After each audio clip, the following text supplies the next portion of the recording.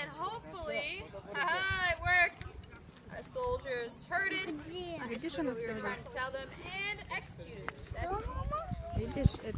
Полечка очень ждет пушечных выстрелов и все спрашивает, что же происходит. Где солдаты? Вон солдаты.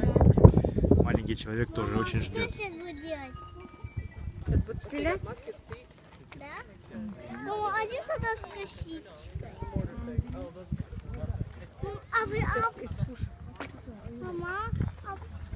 Мама, а почему? Почему не говорит песню, чтобы солдаты пришли? Что я говорила?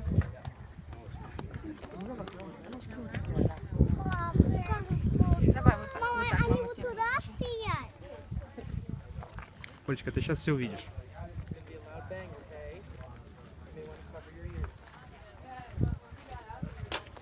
Если хочешь, можем пойти сесть на травку.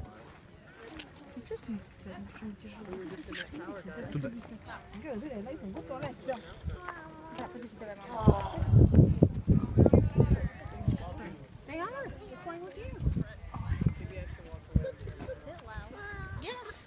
If you'll excuse me for but a moment, folks, I will need to announce our intentions to the rest of the garrison.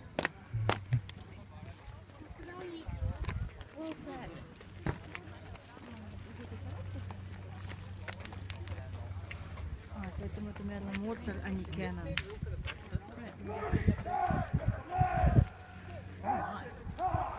There will be a mortar firing demonstration at point 17, the hillside. That's right over here.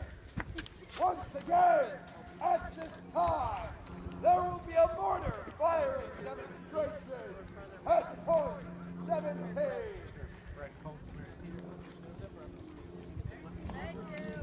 Oh, indeed.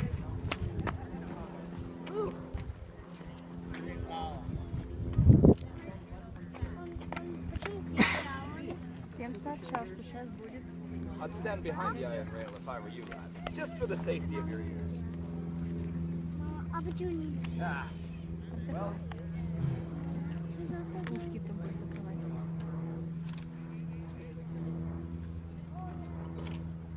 А почему так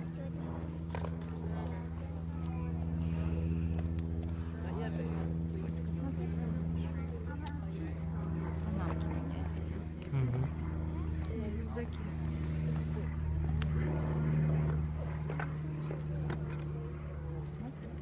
right then. Ladies and gentlemen, let us begin, shall we? What we, that is myself and my crew, hope to do for you today is fire off this little 4.5-inch bronze cohorn mortar. That would be this device right here. Impressed? Yeah. Thank you for your overwhelming vote of confidence. Now, How about the big one? well, I'll get to that in a moment, sir, but for right now, who's doing the demonstration, me or you? Very well, let us proceed. Now, ladies and gentlemen, that little mortar may not look like much, but what if I told you that something even that small could inflict the most fear in the hearts of besieged men in the 18th century? Would you believe me? Yes. A lot of you said yes, some of you said no. Allow me to prove those who said yes correct. And as for the rest of them, let me convince the non-believers. So, the way we are going to be working with this mortar is in mostly offensive siegecraft. That is, besieging forts, much like this one. So we'll start things off with a few examples. Namely, these folks down here. You folks down there, you are currently behind the walls of Fort Niagara. Now the walls of this fort are rather thick. They will be able to stop flying musket balls and flying cannonballs. How safe do you feel behind these walls? Pretty safe. Pretty safe. All right, that's a good thing. And for the most part, you are correct. Except when we bring our mortar to bear. Because mortars are not designed to fire straight through obstacles. They are instead designed to function as gunpowder-powered catapults. and they will be throwing these things up and over the walls, disregarding the obstacles in front of them. Now, those of you who have seen any Wile E. Coyote cartoons in your life, you should know what this is. So what is it? A bomb, of course. Now, the bombs in the 18th century are quite simple devices. They are hollow iron shells filled with gunpowder, and then they are plugged with a wooden fuse, which on the inside harbors gunpowder and turpentine. It is supposed to burn slowly, almost at the rate of 1 second per each of these notches cut into the side of the fuse. So for those of you who can see, you will behold the 18th century time bomb. Now, the way we're supposed to use this time bomb is to throw it over the wall and time it so that it explodes at chest level with you folks down there. How safe are you feeling behind the walls now?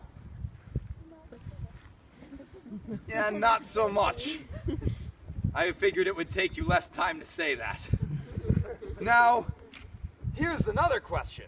If you're not feeling that safe within the parade ground here, whereabouts are you going to run to? Back that away. Run to the buildings. That is perfect. Now, once you run inside the buildings, what can you no longer do? See and shoot back. So now what we've done is we've scared you inside your buildings and removed you from combat. Now, we don't even need to blow all of you up. We don't even want to blow all of you up.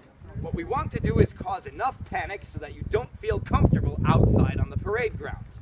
Once you remove yourself from combat, we move our infantry, our artillery, and our siege trenches closer and closer and closer without any resistance from you.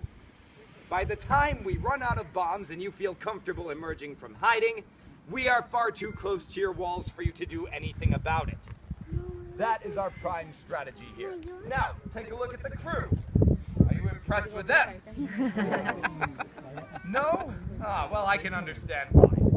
Now, the thing is, on an ordinary cannon crew, this would not be tolerated. We would all have to be in full uniform. We would all be standing at attention around the gun quite like that. And we would be required to fire a shot every 30 seconds. It's all about speed. It's all about keeping up that suppression fire. In addition, there would be 12 of us. On a mortar crew, there's no need for all those people. There's no need to rush. We can fire whenever we want. We're in this for the long haul, and we need to be comfortable as well. So, how is firing whenever we please advantageous to us and disadvantageous to our enemies? Because they don't know when the shots are coming. Exactly. It's all about the element of surprise. If you don't know where and from when and from whence the bombs are falling, you will not feel comfortable outside as much. So, let us get straight to this. Let us demonstrate for you how to properly work a 4.5-inch bronze cohort mortar. Mortar crew, take care. When ready.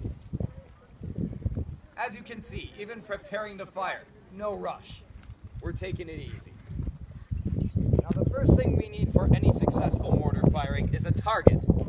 Fortunately for us, well, I mean, Phil's in the way there, but he'll get out of the way in a second. Run, Phil, we don't want to hurt you. Fortunately for us, even if Phil runs away, we have a parking lot full of targets to work with. Handle pickets, fix pickets. Gavin here is going to be our targeting system. The first thing he's going to do is line up one of those posts with the barrel of the mortar itself. The second thing is going to be to line up the picket with our target on the other side of the wall. Notice he's keeping a low profile to avoid being shot at in the meantime. He's also going to give us an estimate. How long would it take for a bomb to be lit, be fired out of the mortar, fly over the hill, and explode at mid-level with our target? So what does our target say? Black SUV, 4 seconds privy. Come fuse to 4 seconds. Right. Black SUV, 4 seconds out.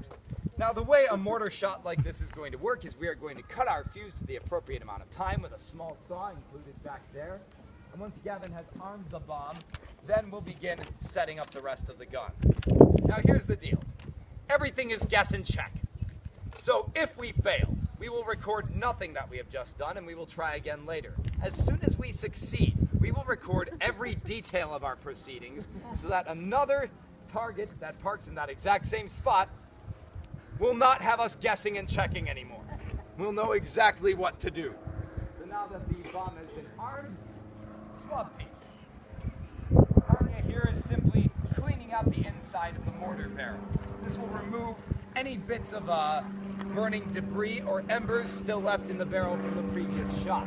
We're loading a fresh bag of gunpowder in there, folks. I don't want something that's still burning in there to blow us up. All right, handle charge. Advance charge.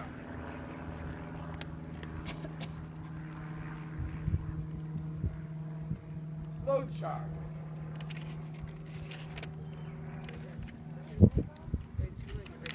Ram down charge. Everything we've just done is about loading the bag of gunpowder first. Now, in an ordinary cannon, your cannonball and your bag of gunpowder are one in the same unit. You can load them